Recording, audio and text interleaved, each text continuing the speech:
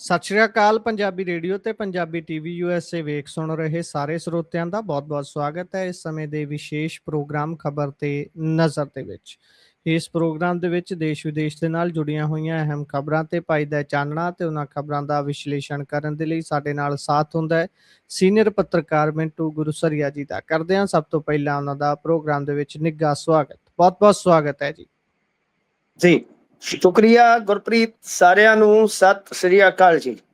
ਸਤਿ ਸ਼੍ਰੀ ਅਕਾਲ ਜੀ। ਅੱਜ ਦੇ ਪ੍ਰੋਗਰਾਮ ਦੇ ਸਪਾਂਸਰਸ ਨੇ ਖਾਲਸਾ ਇੰਸ਼ੋਰੈਂਸ। ਲੰਬੇ ਸਮੇਂ ਤੋਂ ਇੰਸ਼ੋਰੈਂਸ ਦੇ ਖੇਤਰ ਦੇ ਵਿੱਚ ਸੇਵਾਵਾਂ ਨਿਭਾ ਰਹੇ ਨੇ। ਤੁਸੀਂ ਵੀ ਸੰਪਰਕ ਕਰ ਸਕਦੇ ਹੋ। ਨੰਬਰ ਹੈ 408 272 2500।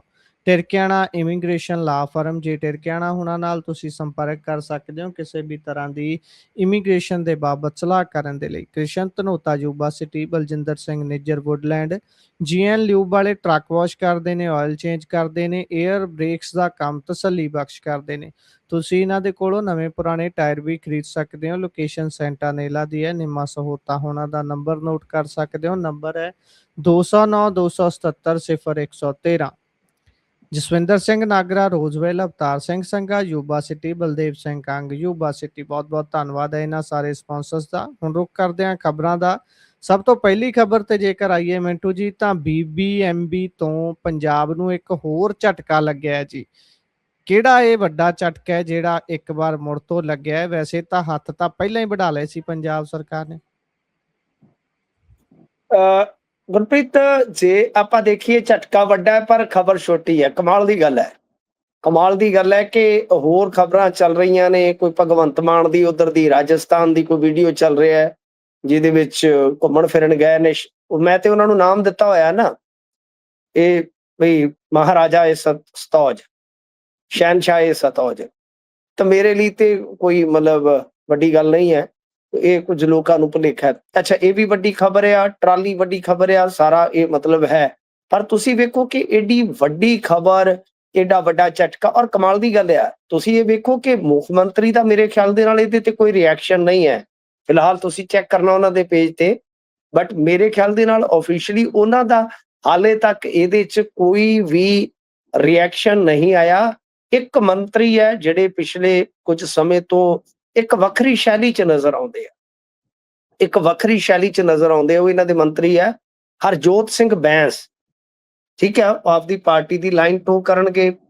ਉਹਨਾਂ ਦੀਆਂ ਕੁਝ ਸਿਆਸਤ ਦੀਆਂ ਖਾਮੀਆਂ ਵੀ ਹੋਣਗੀਆਂ, ਪਰ ਪਿਛਲੇ ਕੁਝ ਸਮੇਂ ਤੋਂ ਹੜ੍ਹਾਂ ਦਾ ਮਸਲਾ ਹੋਵੇ, ਚਾਹੇ ਜਦੋਂ ਤੋਂ ਵੈਸੇ ਆਪਾਂ ਦੇਖੀਏ ਤਾਂ ਤਲਬ ਕੀਤੇ ਗਏ ਸਨ ਉਦੋਂ ਤੋਂ ਲੈ ਕੇ, ਹਾਲਾਂਕਿ ਵਿੱਚ ਜੇ ਉਹਨਾਂ ਦੀ ਸੁਪਤਨੀ ਹੈ ਤੇ ਬੀਬੀ ਯਾਦਵ, ਜਿੱਥੇ ਲਾਠੀਚਾਰਜ ਹੋਇਆ ਸੀ ਬਠਿੰਡੇ ਦੇ ਵਿੱਚ, ਉੱਥੇ ਐਸਐਸਪੀ ਹੈਗੇ ਨੇ, ਤਾਂ ਉੱਥੇ ਕਾਫੀ ਤੁਹਾਨੂੰ ਪਤਾ ਲਾਠੀਚਾਰਜ ਕਰਕੇ ਹੱਲਾ ਗੁੱਲਾ ਹੋਇਆ, ਕਾਫੀ ਮਜ਼ਮਤ ਕੀਤੀ ਗਈ ਇਸ ਬਰਬਰ ਕਾਰਵਾਈ ਦੀ।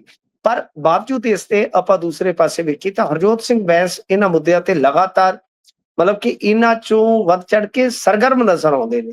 ਅੱਜ ਵੀ ਉਹਨਾਂ ਨੇ ਨਾਲ ਦੀ ਨਾਲ ਕੁਝ ਮੀਡੀਆ ਰਿਪੋਰਟਸ ਦਾ ਹਵਾਲਾ ਦੇ ਕੇ ਇੱਕ ਵੀਡੀਓ ਜਾਰੀ ਕੀਤਾ ਹੈ। ਇੰਟਰਸਟਿੰਗ ਗੱਲ ਹੈ, ਕਿਉਂਕਿ ਉਹਨਾਂ ਦਾ ਹਲਕਾ ਪੈਂਦਾ, ਉਹਨਾਂ ਦਾ ਇਲਾਕਾ ਪੈਂਦਾ ਹੈ, ਤੇ ਹੜ੍ਹਾਂ ਵਿੱਚ ਵੀ ਉਹ ਤੁਹਾਨੂੰ ਪਤਾ ਪਲ ਦਰ ਪਲ ਜਾਣਕਾਰੀ ਜਿਹੜੀ ਉਹ ਸਾਂਝੀ ਕਰਦੇ ਰਹਿੰਦੇ ਸਨ। ਤਾਂ ਉਹਨਾਂ ਨੇ ਜਦੋਂ ਇਹ ਗੱਲ ਦੱਸੀ ਤਾਂ ਫਿਰ ਵਾਕਿਆ ਇਹ ਲੱਗਿਆ ਕਿ ਬਹੁਤ ਹੀ ਮੰਦਭਾਗਾ ਸਾਰਾ ਕੁਛ। ਦੇਖੋ ਗੱਲ ਕੀ ਆ ਕਿ ਭਾਖੜਾ ਬਿਆਸ ਮੈਨੇਜਮੈਂਟ ਬੋਰਡ, ਜਿਸ ਨੂੰ ਬੀਬੀਐਮਬੀ ਕਹਿੰਦੇ ਆ, ਉਹਦੇ ਵਿੱਚੋਂ ਪੰਜਾਬ ਦੀ ਨੰਬਰਦਾਰੀ ਜਿਹੜੀ ਆ ਉਹ ਲਗਭਗ ਉਹਦਾ ਭੋਗ ਪੈ ਗਿਆ। ਕਿਉਂਕਿ ਦਰਅਸਲ ਵੈਸੇ ਤੇ ਕੋਈ ਸੰਵਿਧਾਨ ਦੇ ਵਿੱਚ ਦਰਜ ਨਹੀਂ ਸੀ, ਪਰ 1966 ਤੋਂ ਇੱਕ ਪਰੰਪਰਾ ਚੱਲ ਰਹੀ ਸੀ ਕਿ ਜੋ ਮੈਂਬਰ ਬਿਜਲੀ ਪਾਵਰ ਜਿਹਨੂੰ ਆਪਾਂ ਕਹਿ ਦਿੰਦੇ ਆ, ਉਹ ਪੰਜਾਬ ਤੋਂ ਆਉਂਦਾ ਸੀ, ਮੈਂਬਰ ਸਿੰਜਾਈ ਜਿਹੜਾ ਹਰਿਆਣੇ ਤੋਂ ਆਉਂਦਾ ਸੀ। ਦੋਵੇਂ ਰਾਜ ਹੁੰਦਾ ਕੀ ਸੀਗਾ ਕਿ ਆਪਣੇ ਮੋਸਟ ਸੀਨੀਅਰ ਇੰਜੀਨੀਅਰਸ ਦੀ ਸੂਚੀ ਭੇਜਦੇ ਤੇ ਫਿਰ ਇੱਕ ਇੱਕ ਦੀ ਨਿਯੁਕਤੀ ਹੋ ਜਾਂਦੀ। ਪਰ ਹੁਣ ਕੇਂਦਰ ਨੇ ਨਵੀਂ ਸੋਧ ਲਿਆ ਕਿ ਇਹ ਪ੍ਰਬੰਧ ਕਰ ਦਿੱਤਾ ਹੈ ਕਿ ਪੂਰੇ ਇੰਡੀਆ ਚੋਂ, ਯਾਨੀ ਅਦਰ ਸਟੇਟਾਂ ਦੇ ਵਿੱਚੋਂ ਨਿਯੁਕਤੀਆਂ ਲਈ ਅਪਲਾਈ ਕੀਤਾ ਜਾ ਸਕਦਾ। ਸ਼ਰਤਾਂ ਕੁਝ ਐਸੀਆਂ ਹੋ ਜਾਂਦੀਆਂ ਨੇ ਕਿ ਕਈ ਵਾਰ ਫਿਰ ਜਿਹੜੇ ਸਥਾਨਕ ਰਾਜ ਹੁੰਦੇ ਆ ਉਹ ਪਿੱਛੇ ਰਹਿ ਜਾਂਦੇ ਆ। ਮੈਂ ਤੁਹਾਨੂੰ ਇੱਕ ਮਿਸਾਲ ਦੇ ਦਿੰਦਾ ਕਿ ਬੀਬੀਐਮਬੀ ਦੇ ਵਿੱਚ ਇੱਕ ਅੱਗੇ ਵੀ ਸੋਧ ਆਈ ਸੀਗੀ, ਤੇ ਉਹਦੇ ਚ ਕੀ ਹੋਇਆ ਕਿ ਪੰਜਾਬ ਦੇ ਮੁੱਖ ਇੰਜੀਨੀਅਰ ਲਗਭਗ ਉਸ ਦੌੜ ਚੋਂ ਫਿਰ ਬਾਹਰ ਹੋ ਗਿਆ। ਚੇਅਰਮੈਨ ਤੁਹਾਨੂੰ ਪਤਾ ਹੀ ਆ ਕਿੱਥੋਂ ਆਇਆ ਸੀ, ਠੀਕ ਹੈ ਜੀ, ਉਹ ਸ਼ਰਤਾਂ ਦੇ ਵਿੱਚ ਹੀ ਬਦਲਾਅ ਸੀਗਾ। ਤੇ ਇਸ ਤੋਂ ਵੀ ਅਗਲੀ ਗੱਲ ਹੈ, ਇਸ ਤੋਂ ਵੀ ਜਿਹੜੀ ਅਗਲੀ ਗੱਲ ਆ ਕਿ ਬੀਬੀਐਮਬੀ ਨੇ ਤੇ ਪੁਨਰਗਠਨ ਐਕਟ ਦੀ ਧਾਰਾ ਜਿਹੜੀ 79/2/A ਨੂੰ ਸੋਧ ਕੇ ਤਜਵੀਜ਼ ਲਿਆਂਦੀ ਹੋਈ ਹੈ ਕਿ ਜਿਹੜੇ ਪੱਕੇ 2 ਮੈਂਬਰ ਹੈ ਪੰਜਾਬ ਅਤੇ ਹਰਿਆਣਾ, ਇਹਨਾਂ ਦੇ ਨਾਲ ਰਾਜਸਥਾਨ ਅਤੇ ਹਿਮਾਚਲ ਨੂੰ ਸਥਾਈ ਮੈਂਬਰ ਬਣਾ ਦਿੱਤਾ ਜਾਵੇ। ਤਾਂ ਤੁਸੀਂ ਸੋਚ ਕੇ ਦੇਖੋ, ਹਾਲਾਂਕਿ ਪਿਛਲੇ ਸਾਲ ਕਿ ਇਸ ਸਾਲ ਦੀ ਸ਼ੁਰੂਆਤ ਦੇ ਵਿੱਚ ਮੈਂ ਇੱਕ ਅਖਬਾਰ ਦੀ ਕਟਿੰਗ ਵੀ ਪਾਈ ਸੀ, ਜਿਸ ਨੂੰ ਗਾ ਪ੍ਰਗਟ ਸਿੰਘ ਹੋਰਾਂ ਨੇ ਮੇਰੇ ਖਿਆਲ ਦੇ ਨਾਲ ਕੋਟ ਵੀ ਕੀਤਾ ਸੀਗਾ। ਤੇ ਉਹ ਸ਼ਾਇਦ ਜਨਵਰੀ ਦਾ ਹੀ ਸੀ, ਜਦੋਂ ਸਾਡਾ ਕੇਸ ਵਾਲਾ ਮਾਮਲਾ ਚੱਲ ਰਿਹਾ ਸੀ, ਸ਼ਾਇਦ ਉਹਨਾਂ ਦਿਨਾਂ ਦੀ ਗੱਲ ਆ। ਤਾਂ ਉਦੋਂ ਕੀ ਸੀ ਕਿ ਰਾਜਸਥਾਨ ਦੇ ਇੱਕ ਮੰਤਰੀ ਨੇ ਬਕਾਇਦਾ ਆਪਦੇ ਹਾਊਸ ਦੇ ਵਿੱਚ ਜਾਣਕਾਰੀ ਦਿੱਤੀ ਸੀ ਇਸ ਬਾਬਤ ਕਿ ਅਸੀਂ ਬਹੁਤ ਜਲਦੀ ਸਥਾਈ ਮੈਂਬਰ ਬਣ ਜਾਵਾਂਗੇ। ਤਾਂ ਉਹਦਾ ਮਤਲਬ ਕੀ ਆ ਕਿ ਪੰਜਾਬ ਇੱਕ ਪਾਸੇ ਜਦੋਂ ਵੀ ਕੋਈ ਮੰਨ ਲਓ VOTING ਹੁੰਦੀ ਹੈ ਜਾਂ ਕੋਈ ਫੈਸਲੇ ਲੈਣ ਦੀ, ਨਿਰਣੇ ਲੈਣ ਦੀ ਕੋਈ ਬਹਿਸ ਚੱਲ ਰਹੀ ਹੁੰਦੀ ਹੈ, ਤਾਂ ਉਦੋਂ ਮੰਨ ਲਓ ਭਾਜਪਾ ਦੇ ਜਿਹੜੇ ਸ਼ਾਸਤ ਰਾਜ ਆ ਉਹ ਇੱਕ ਪਾਸੇ ਹੋ ਜਾਣਗੇ, ਸੈਂਟਰ ਇੱਕ ਪਾਸੇ ਹੋ ਜਾਏਗੀ, ਤਾਂ ਪੰਜਾਬ ਕੀ ਕਰੇਗਾ? ਤਾਂ ਇਸ ਵਾਸਤੇ ਜਿਹੜਾ ਪੰਜਾਬ ਇਸ ਬੀਬੀਐਮਬੀ ਦਾ ਕਹਿ ਲਓ ਕਿ ਇੱਕ ਤਰ੍ਹਾਂ ਨਾਲ ਮਾਲਕ ਹੈ, 40 ਤੋਂ 52% ਤੱਕ ਖਰਚਾ ਅਫੋਰਡ ਕਰਦਾ ਹੈ, ਤੇ ਜਿਹਦਾ ਅਸਾਮੀਆਂ ਦਾ ਸ਼ੇਅਰ ਵੀ ਸਭ ਤੋਂ ਜ਼ਿਆਦਾ ਹੈ, ਉਹ ਬਿਲਕੁਲ ਬੇਬਸ ਜਿਹਾ ਹੋ ਗਿਆ। ਪਰ ਇਹ ਸਾਰਾ ਹੋਇਆ ਡੈਮ ਸੇਫਟੀ ਐਕਟ ਆਉਣ ਤੋਂ ਬਾਅਦ, ਕਿਉਂਕਿ ਸਾਡੀ ਸਰਕਾਰ ਨੇ, ਬੇਸ਼ੱਕ ਅੱਜ ਬੈਂਸ ਸਾਹਿਬ ਬੋਲ ਰਹੇ ਹੋਣ, ਪਰ ਮੈਂ ਉਹਨਾਂ ਨੂੰ ਦੱਸਣਾ ਚਾਹਾਂਗਾ ਕਿ ਜਦੋਂ ਡੈਮ ਸੇਫਟੀ ਐਕਟ ਆਇਆ ਤਾਂ ਤੁਹਾਡੀ ਸਰਕਾਰ ਬਿਲਕੁਲ ਖਾਮੋਸ਼ ਹੋ ਗਈ, ਬਿਲਕੁਲ ਮਤਲਬ ਕਿ ਇਹ ਬੋਲੀ ਨਹੀਂ ਹੈ। ਤੋ ਇਸ ਵਾਸਤੇ ਹੁਣ ਇਹ ਚੀਜ਼ਾਂ ਜਿਹੜੀਆਂ ਨੇ ਉਹ ਠੀਕ ਵੈਸਾ ਹੀ, ਜਿਵੇਂ ਆਪਾਂ ਕਹਿੰਦੇ ਹੁੰਦੇ ਆ ਨਾ ਕਿ ਸੱਪ ਲੰਘੇ ਤੋਂ ਪਿੱਛੋਂ ਲੀਕਾਂ ਕੁੱਟਣ ਦਾ ਕੀ ਫਾਇਦਾ, ਇਹ ਹੁਣ ਸੱਪ ਲੰਘੇ ਤੋਂ ਪਿੱਛੋਂ ਲੀਕਾਂ ਕੁੱਟਣ ਵਾਲਾ ਹੀ ਮਾਮਲਾ ਚੱਲ ਰਿਹਾ ਹੈ। ਬਹਰਹਾਲ ਆਪਾਂ ਕਹਿ ਲਈਏ ਕਿ ਬਹੁਤ ਹੀ ਵੱਡੀ ਖਬਰ ਹੈ ਜਿਹੜੀ ਛੋਟੀ ਬਣ ਕੇ ਰਹਿ ਗਈ ਕਿ ਬੀਬੀਐਮਬੀ ਦੇ ਵਿੱਚੋਂ ਪੰਜਾਬ ਦੀ ਸਰਦਾਰੀ ਦਾ ਲਗਭਗ ਖਾਤਮਾ ਹੋ ਗਿਆ ਸਰ।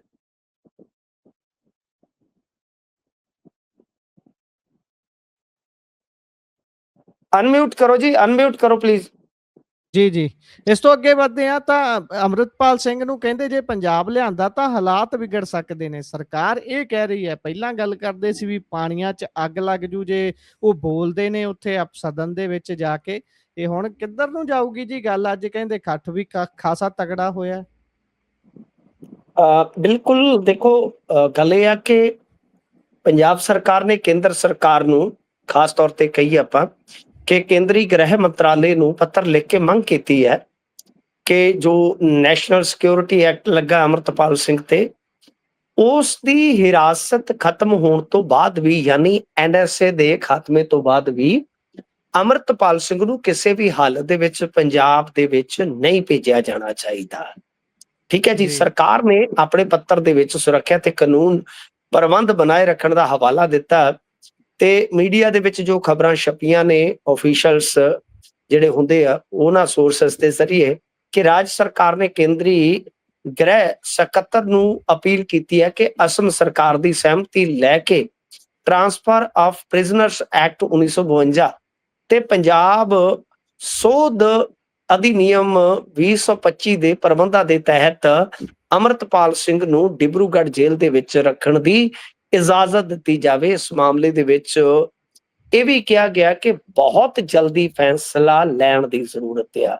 ਤੇ ਇਧਰ ਨਾਲ ਮੀਡੀਆ ਰਿਪੋਰਟਾਂ ਦੇ ਵਿੱਚ ਇਹ ਵੀ ਛਪਿਆ ਕਿ ਪੰਜਾਬ ਪੁਲਿਸ ਅਤੇ ਖੁਫੀਆ ਏਜੰਸੀਆਂ ਨੇ ਕਿਤੇ ਨਾ ਕਿਤੇ ਖਦਸ਼ਾ ਜਤਾਇਆ ਹੈ ਕਿ ਅਮਰਤਪਾਲ ਸਿੰਘ ਦੀ ਰਿਹਾਈ ਦੇ ਨਾਲ ਰਾਜ ਦੇ ਵਿੱਚ ਕਾਨੂੰਨ ਪ੍ਰਬੰਧ ਪ੍ਰਭਾਵਿਤ ਹੋ ਸਕਦਾ। ਪੰਜਾਬ ਦੇ ਜਿਹੜੇ DGP ਆ ਤੇ ਅੰਮ੍ਰਿਤਸਰ ਦਿਹਾਤ ਦੇ ਜਿਹੜੇ SSP ਆ, ਉਹਨਾਂ ਦੀ ਰਿਪੋਰਟ ਤੇ ਗ੍ਰਹਿ ਮੰਤਰਾਲੇ ਨੇ ਇਹ ਸਿਫਾਰਿਸ਼ ਕੀਤੀ ਹੈ। ਯਾਨੀ ਤੁਸੀਂ ਸਾਰਾ ਸਿਨੈਰੀਓ ਹੁਣ ਸਮਝ ਗਏ ਹੋਵੋਗੇ ਕਿ DGP ਤੇ ਜੋ ਅੰਮ੍ਰਿਤਸਰ ਰੂਰਲ ਦੇ SSP ਆ, ਇਹਨਾਂ ਦੀ ਇੱਕ ਰਿਪੋਰਟ ਜਾਂਦੀ ਆ ਜਿਸ ਦੇ ਬਿਹਾਫ ਤੇ ਹੋਮ ਮਿਨਿਸਟਰੀ ਜਿਹੜੀ ਆ ਉਹ ਲਿਖਦੀ ਆ ਕੇਂਦਰੀ ਹੋਮ ਮਿਨਿਸਟਰੀ ਨੂੰ ਕਿ ਅਮਰਤਪਾਲ ਸਿੰਘ ਦੀ ਹਿਰਾਸਤ ਖਤਮ ਹੋਣ ਦੇ ਬਾਵਜੂਦ ਵੀ ਇੱਕ ਐਕਟ ਆ ਜਿਹੜਾ ਕਿ ਇਹਨਾਂ ਨੇ ਬਾਅਦ ਚ ਸੋਧਿਆ ਸੀ, ਜਿਹਦੇ ਤਹਿਤ ਤੁਹਾਨੂੰ ਯਾਦ ਹੋਣਾ ਅਮਰਤਪਾਲ ਸਿੰਘ ਤੋਂ ਇਲਾਵਾ ਕੁਝ ਹੋਰ ਵੀ ਬੰਦੇ ਸੀਗੇ ਜਿਹੜੇ ਬਾਹਰਲੀਆਂ ਜੇਲ੍ਹਾਂ 'ਚ ਯਾਨੀ ਅਦਰ ਸਟੇਟਾਂ ਦੇ ਵਿੱਚ ਘਲਾਏ ਗਏ ਸੀਗੇ।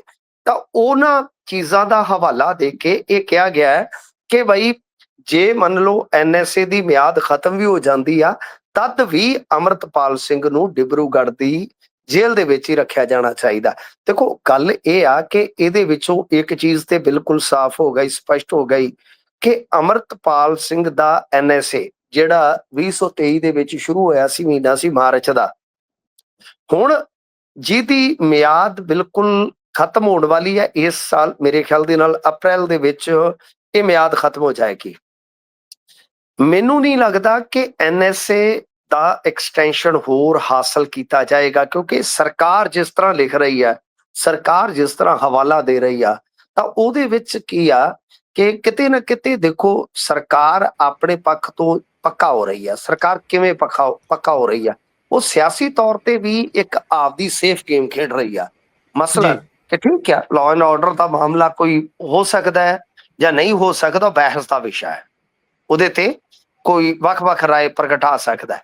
ਪਰ ਇੱਕ ਗੱਲ ਹੈ ਨਾ ਕਿ ਜੇ ਮੰਨ ਲਓ NSA ਖਤਮ ਹੋ ਜਾਂਦਾ ਹੈ ਤੇ ਹੋਮ ਮਿਨਿਸਟਰੀ ਇਹਦੇ ਕੋਈ ਮਤਲਬ ਕੋਈ ਗੱਲ ਜਾਂ ਬਾਤ ਨਹੀਂ ਸੁਣਦੀ ਸਰਕਾਰ ਦੀ, ਅਮਰਤਪਾਲ ਸਿੰਘ ਨੂੰ ਜੇ ਇੱਥੇ ਵਾਪਸ ਭੇਜ ਦਿੱਤਾ ਜਾਂਦਾ ਹੈ ਤਾਂ ਪੰਜਾਬ ਦੀਆਂ ਜੇਲ੍ਹਾਂ ਦੇ ਵਿੱਚ ਰਹਿੰਦੇ ਅਮਰਤਪਾਲ ਸਿੰਘ ਦਾ ਪ੍ਰਚਾਰ ਵਗੈਰਾ ਜਦੋਂ ਚੱਲੇਗਾ, ਕਿਉਂਕਿ ਉਹਨਾਂ ਨੇ ਇਲੈਕਸ਼ਨ ਲੜਨਾ ਹੈ। ਮੈਂ ਤੇ ਅਮਰਤਪਾਲ ਸਿੰਘ ਹੋਰਾਂ ਬਾਰੇ ਪਹਿਲਾਂ ਹੀ ਖੁਲਾਸਾ ਕੀਤਾ ਸੀਗਾ ਕਿ ਅਮਰਤਪਾਲ ਸਿੰਘ ਇਲੈਕਸ਼ਨ ਲੜ ਸਕਦੇ ਆ, ਤੇ ਅੱਜ ਕੱਲ ਤੁਸੀਂ ਦੇਖ ਲਓ ਕਿ ਕਿੰਨੀ ਚਰਚਾ ਚੱਲ ਰਹੀ ਆ।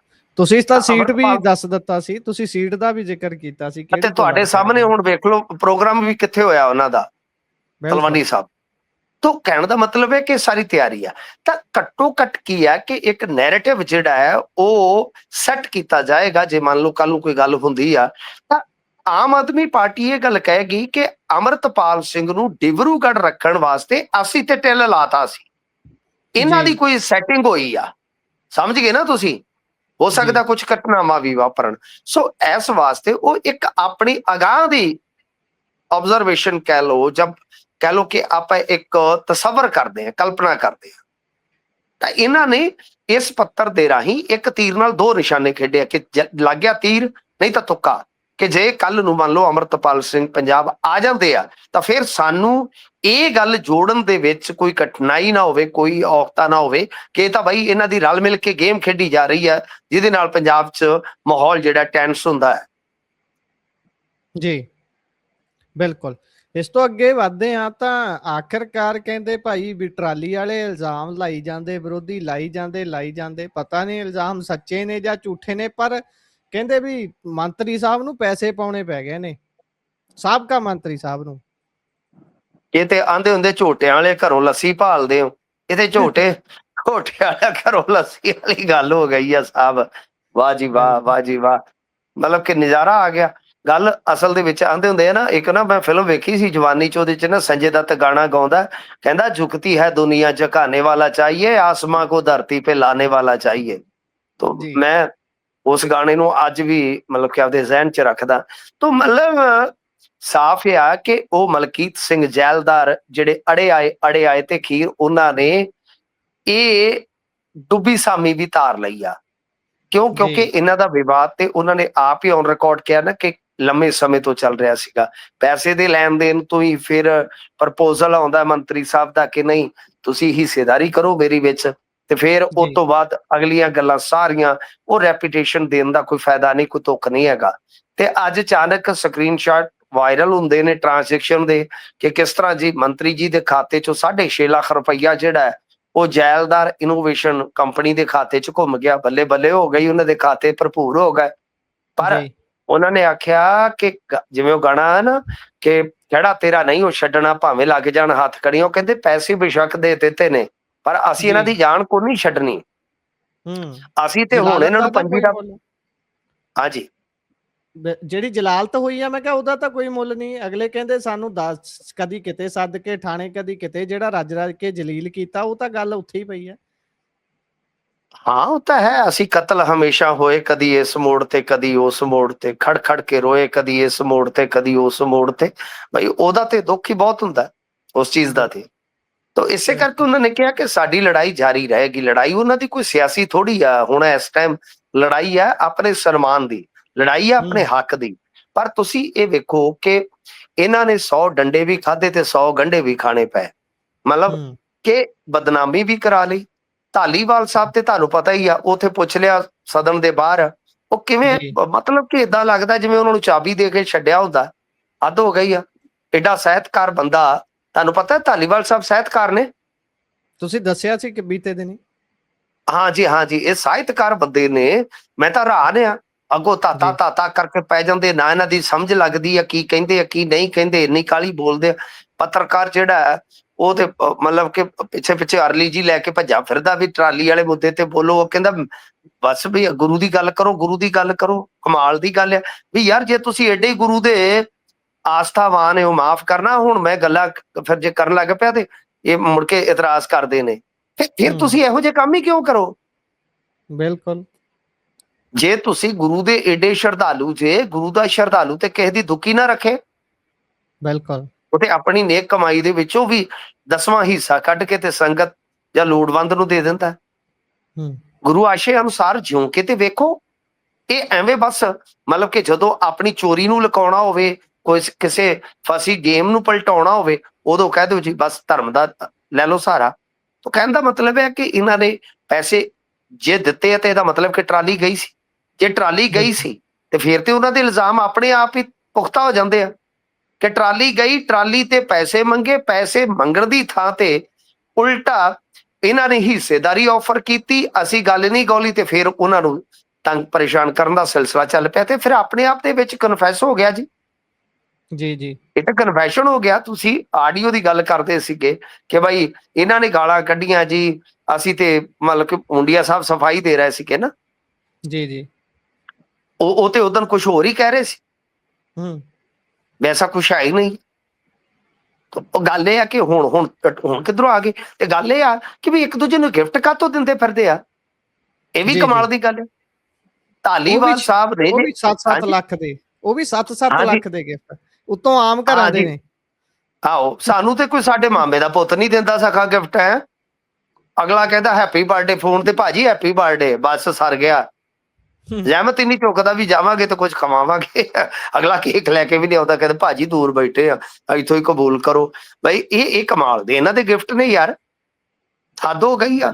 ਨਹੀਂ ਮੇਰੀ ਗੱਲ ਸੁਣੋ, ਬੜੀ ਇੱਕ ਸੋਚਣ ਵਿਚਾਰਨ ਵਾਲੀ ਗੱਲ ਆ ਕਿ ਇੱਕ ਬੰਦਾ ਗਿਫਟ ਕਿਉਂ ਲੈ ਰਿਹਾ? ਪੋਲੀਟੀਕਲ ਪਾਵਰ ਰੱਖਣ ਵਾਲਾ, ਹੋਲਡ ਕਰਨ ਵਾਲਾ, ਜੀ ਉਹਨੂੰ ਕਿਉਂ ਜ਼ਰੂਰਤ ਪੈ ਰਹੀ ਹੈ, ਜਾਂ ਦੂਜੇ ਨੂੰ ਕਿਉਂ ਜ਼ਰੂਰਤ ਪੈ ਰਹੀ ਹੈ ਗਿਫਟ ਕਰਨ ਦੀ? ਬਈ ਅੱਜ ਜੋ ਪੈਸੇ ਜੀ ਦਿੱਤੇ ਉਦੋਂ ਨਹੀਂ ਧਾਲੀਵਾਲ ਸਾਹਿਬ ਡਾਇਰੈਕਟ, ਜੇ ਉਹਨਾਂ ਦੀ ਲੋੜ ਸੀ ਤਾਂ ਉਹਨਾਂ ਨੇ ਵਿੱਚ ਮੁੰਡਿਆਂ ਨੂੰ ਕਿਉਂ ਪਾਇਆ ਜਿਨ੍ਹਾਂ ਦੇ ਪਿੰਡ ਇਹ ਸਾਰਾ ਕੁਝ ਬਣਦਾ ਸੀ? ਇਹਦਾ ਮਤਲਬ ਹੈ ਕਿ ਪਹਿਲਾਂ ਪਤਾ ਕੀਤਾ ਗਿਆ ਮੁੰਡਿਆਂ ਦੇ ਪਿੰਡ ਦੇ ਆ, ਮੁੰਡਿਆਂ ਨੂੰ ਵਿੱਚ ਪਾਇਆ ਗਿਆ, ਮੁੰਡਿਆਂ ਨੂੰ ਕਿਹਾ ਗਿਆ ਦਵਾ ਟਰਾਲੀ।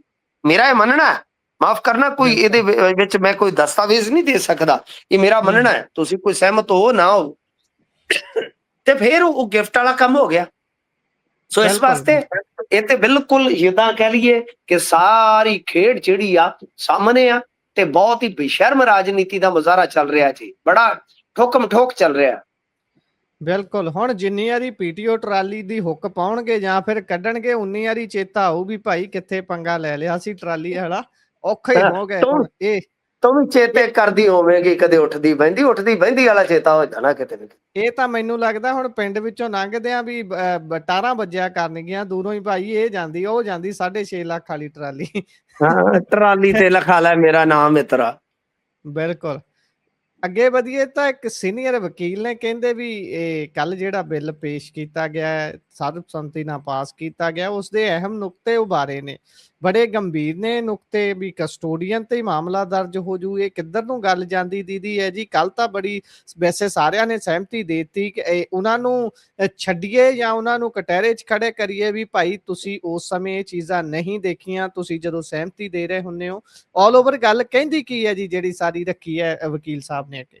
ਹਾਂਜੀ, ਵਕੀਲ ਨਵਕਿਰਤ ਸਿੰਘ ਹੋਰਾਂ ਦਾ ਕਹਿਣਾ ਹੈ ਕਿ ਜੋ ਮੈਂਟਲ ਲੋਕਾਂ ਲਈ ਇਹਨਾਂ ਨੇ ਪ੍ਰਚਾਰ ਕੀਤਾ, ਔਰ ਖੁਦ ਮੁੱਖ ਮੰਤਰੀ ਸਾਹਿਬ ਨੇ ਦੱਸਿਆ ਕਿ ਜੇ ਕੋਈ ਜ਼ਹਿਨੀ ਤੌਰ ਤੇ ਠੀਕ ਨਹੀਂ ਹੋਏਗਾ, ਉਹ ਬੇਅਦਬੀ ਨੂੰ ਅੰਜਾਮ ਦਿੰਦਾ ਹੈ, ਤਾਂ ਉਹਦੇ ਖਿਲਾਫ ਕਾਰਵਾਈ ਤਾਂ ਕੀ ਹੋਣੀ ਹੈ, ਤੁਹਾਨੂੰ ਪਤਾ ਹੀ ਹੈ, ਕਾਨੂੰਨ ਇਜਾਜ਼ਤ ਨਹੀਂ ਦਿੰਦਾ ਕਈ ਵਾਰ। ਪਰ ਇਹ ਆ ਕਿ ਉਸ ਮਾਮਲੇ ਦੇ ਵਿੱਚ ਪੇਰੈਂਟਸ ਜਾਂ ਗਾਰਜੀਅਨ ਤੇ ਕਾਰਵਾਈ ਹੋ ਸਕਦੀ ਹੈ। ਪਰ ਵਕੀਲ ਸਾਹਿਬ ਨੇ ਇੱਕ ਇੰਟਰਵਿਊ ਦੇ ਵਿੱਚ ਇਹ ਗੱਲ ਕਹੀ ਆ ਸਾਫ਼ ਕੀਤੀ ਆ, ਸਪਸ਼ਟ ਕੀਤੀ ਆ ਕਿ ਐਸਾ ਭਾਈ ਹੈ ਹੀ ਨਹੀਂ, ਜੀ ਪ੍ਰੋਵੀਜ਼ਨਲ ਹੈ ਨਹੀਂ। ਦੇਖੋ ਵਕੀਲ ਸਾਹਿਬ ਜਿਹੜੇ ਆ ਉਹ ਬਾਰੀਕੀ ਦੇ ਨਾਲ ਇਹਨਾਂ ਚੀਜ਼ਾਂ ਨੂੰ ਪੜ੍ਹਦੇ ਹੁੰਦੇ ਆ, ਇਹਨਾਂ ਚੀਜ਼ਾਂ ਨੂੰ ਸਮਝਦੇ ਹੁੰਦੇ ਆ, ਫਿਰ ਉਹ ਰਿਐਕਟ ਕਰਦੇ ਹੁੰਦੇ। ਉਹ ਆਪਣੇ ਤੋਂ ਬਹੁਤ ਜ਼ਿਆਦਾ ਸਿਆਣੇ ਹੁੰਦੇ ਆ। ਔਰ ਨਵਕਿਰਨ ਸਿੰਘ ਨੂੰ ਮੈਂ ਨਿੱਜੀ ਤੌਰ ਤੇ ਜਾਣਦਾ ਬਹੁਤ ਲੰਮੇ ਸਮੇਂ ਤੋਂ।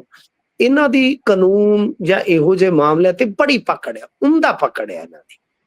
ਜੀ ਇਹ ਤੇ ਬਸ ਮਤਲਬ ਕਿ ਝਾਤੀ ਮਾਰ ਲੈਣ ਤੇ ਸਮਝ ਲਓ ਕਿ ਬਹੁਤ ਸਾਰੀਆਂ ਚੀਜ਼ਾਂ ਜਿਹੜੀਆਂ ਨਾ ਵਿੱਚੋਂ ਹੀ ਛਾਂਟ ਲੈਂਦੇ ਆ।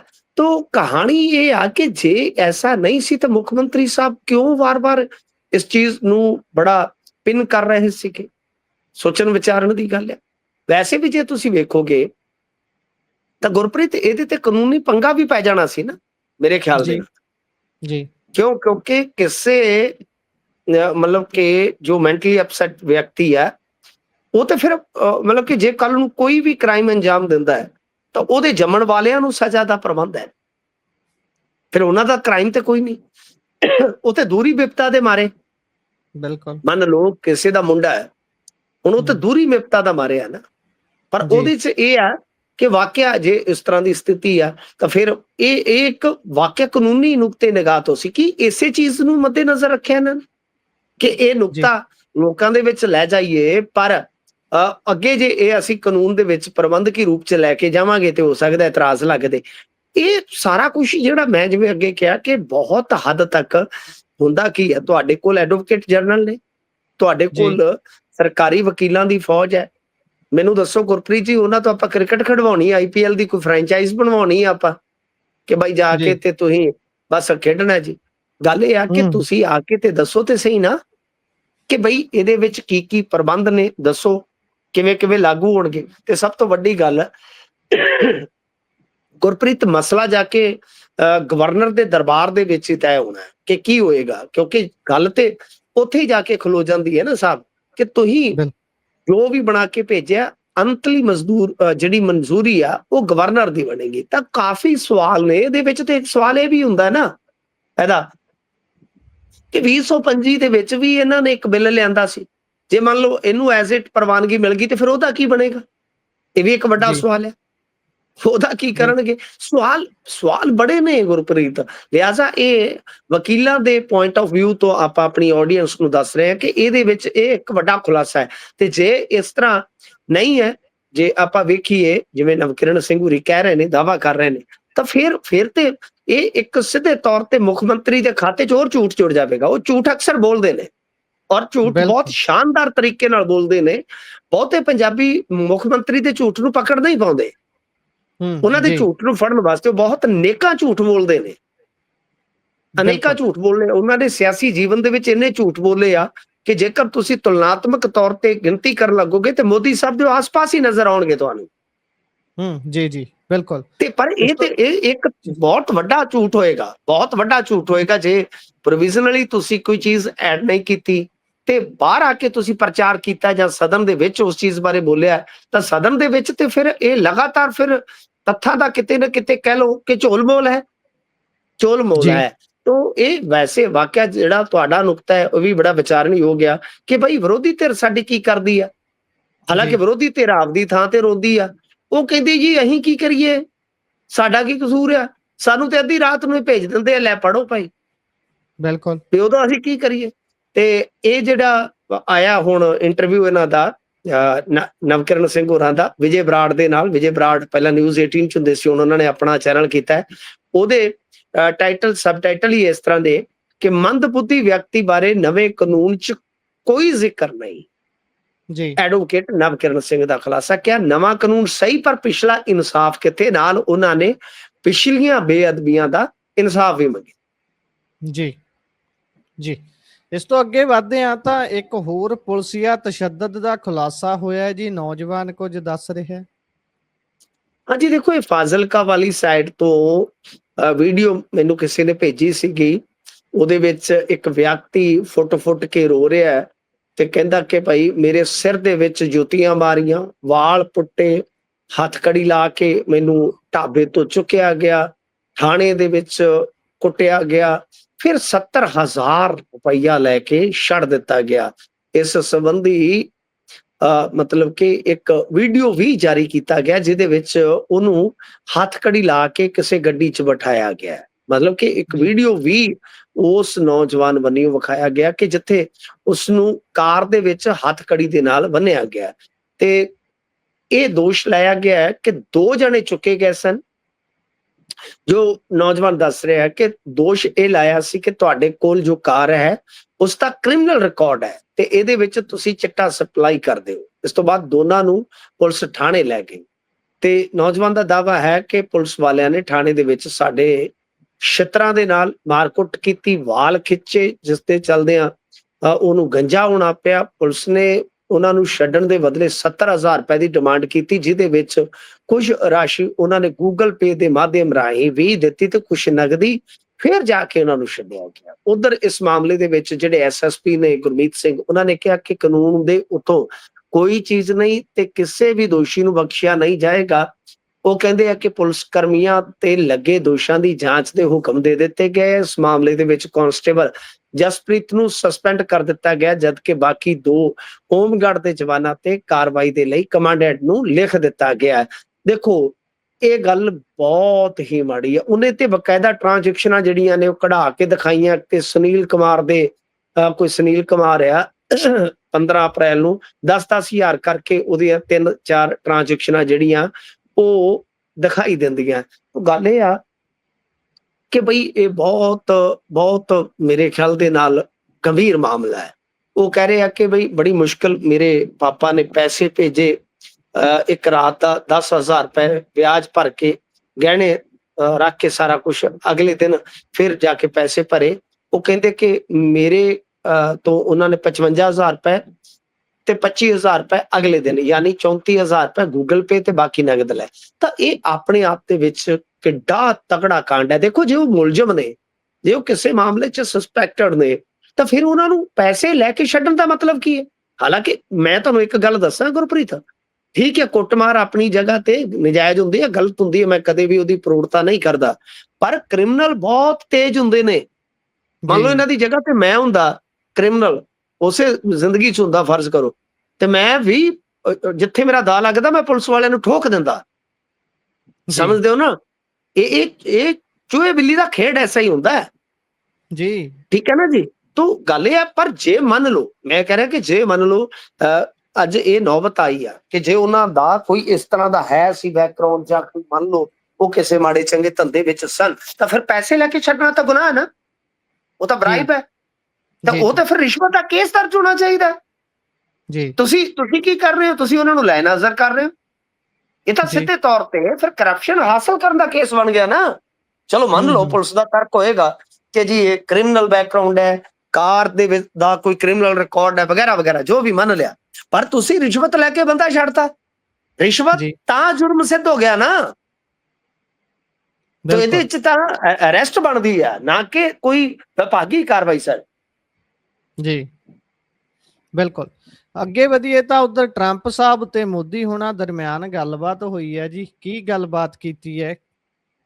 ਹਾਂਜੀ, ਨਰਿੰਦਰ ਮੋਦੀ ਕਹਿੰਦੇ ਮੈਨੂੰ ਮੇਰੇ ਦੋਸਤ ਰਾਸ਼ਟਰਪਤੀ ਟਰੰਪ ਦਾ ਫੋਨ ਆਇਆ। ਹਾਏ ਹਾਏ ਹਾਏ, ਇਹਨਾਂ ਦੀਆਂ ਗੱਲਾਂ 'ਚ ਧਰਮ ਨਾਲ ਪਿਆਰ ਬੜਾ ਝਲਕਦਾ ਹੈ ਜੀ, ਬਹੁਤ ਪਿਆਰ ਝਲਕਦਾ ਹੈ। ਇਹ ਹੈ ਵਨ ਸਾਈਡਡ ਲਵ ਹੈ, ਇੱਕ ਤਰਫਾ। ਜਿਵੇਂ ਅਰਜੁਨ ਕਹਿੰਦਾ ਨਾ, ਤੈਨੂੰ ਵੀ ਹੋ ਜਾਵੇ ਇੱਕ ਤਰਫਾ, ਬਸ ਗੱਲ ਇਹ ਹੈ, ਰੱਬ ਕਰਕੇ ਤੈਨੂੰ ਵੀ ਲੱਗ ਜਾਵੇ ਤੇ ਇਸ਼ਕੇ ਨੂੰ ਰੋਗ ਦੱਸਦੀ। ਗੱਲ ਇਹ ਆ ਕਿ ਇਹ ਕਹਿੰਦੇ ਆ ਕਿ ਸਾਡੇ ਦੋਨਾਂ ਦੇ ਵਿੱਚ ਵੱਖ-ਵੱਖ ਮੁੱਦਿਆਂ ਨੂੰ ਲੈ ਕੇ ਗੱਲਬਾਤ ਹੋਈ ਆ, ਤੇ ਅਸੀਂ ਇਹ ਵੀ ਕਿਹਾ ਕਿ ਅੱਗੇ ਚੱਲ ਕੇ ਭਾਰਤ ਤੇ ਅਮਰੀਕਾ ਦੇ ਰਿਸ਼ਤੇ ਹੋਰ ਮਜ਼ਬੂਤ ਹੋਣਗੇ। ਬਿਲਕੁਲ, ਕਰੋ ਕਰੋ ਕਰੋ, ਤੁਹਾਨੂੰ ਕਿਹਨੇ ਰੋਕਿਆ? ਇੰਨੇ ਮਜ਼ਬੂਤ ਕਰ ਲਓ ਕਿ ਬਸ ਤੁਸੀਂ ਦੁਮਸ਼ੱਲੇ ਬਣ ਕੇ ਰਹਿ ਜਾਓ ਇਹਨਾਂ ਦੇ, ਤੇ ਪੂਰੀ ਦੁਨੀਆ ਦੇ ਵਿੱਚ ਤੁਸੀਂ ਉਹ ਖੜੇ ਨਜ਼ਰ ਆਓਗੇ ਜੀ। ਤੁਸੀਂ ਖੜੇ ਨਜ਼ਰ ਆਓਗੇ, ਹੋਰ ਕੌਣ ਹੈ? ਅਮਰੀਕਾ ਫਸਟ ਹੀ ਆ ਤੁਹਾਡੀ ਨਜ਼ਰ ਦੇ ਵਿੱਚ। ਖੈਰ, ਗੱਲ ਇਹ ਆ ਕਿ 40 ਮਿੰਟ ਗੱਲਬਾਤ ਹੋਈ ਆ, ਈਰਾਨ ਜੰਗ ਤੇ ਚਰਚਾ ਹੋਈ ਆ। ਦੱਸਦੇ ਆ ਕਿ ਹਾਰਮੋਜ਼ ਸਟ੍ਰੇਟ ਨੂੰ ਖੋਲਣਾ ਬਹੁਤ ਜ਼ਰੂਰੀ ਆ, ਦੋਨਾਂ ਨੇ ਕੰਸਰਨ ਜਤਾਇਆ। ਦੇਖੋ, ਮੈਨੂੰ ਇਉਂ ਲੱਗਦਾ ਜਿਹੜੀ ਵਿਚਲੀ ਗੱਲ ਆ ਕਿ ਡੋਨਲਡ ਟਰੰਪ ਹੁਣ ਸਾਰੀਆਂ ਟਪੂਸੀਆਂ ਮਾਰਨ ਤੋਂ ਬਾਅਦ ਇਸ ਦਾ ਤੇ ਆ ਗਿਆ ਕਿ ਨਰਿੰਦਰ ਮੋਦੀ ਹੋਰਾਂ ਨੂੰ ਈਰਾਨ ਅੱਜ ਵੀ ਇੰਡੀਆ ਦੀ ਬਹੁਤ ਰਿਸਪੈਕਟ ਕਰਦਾ ਹੈ ਗੁਰਪ੍ਰੀਤ।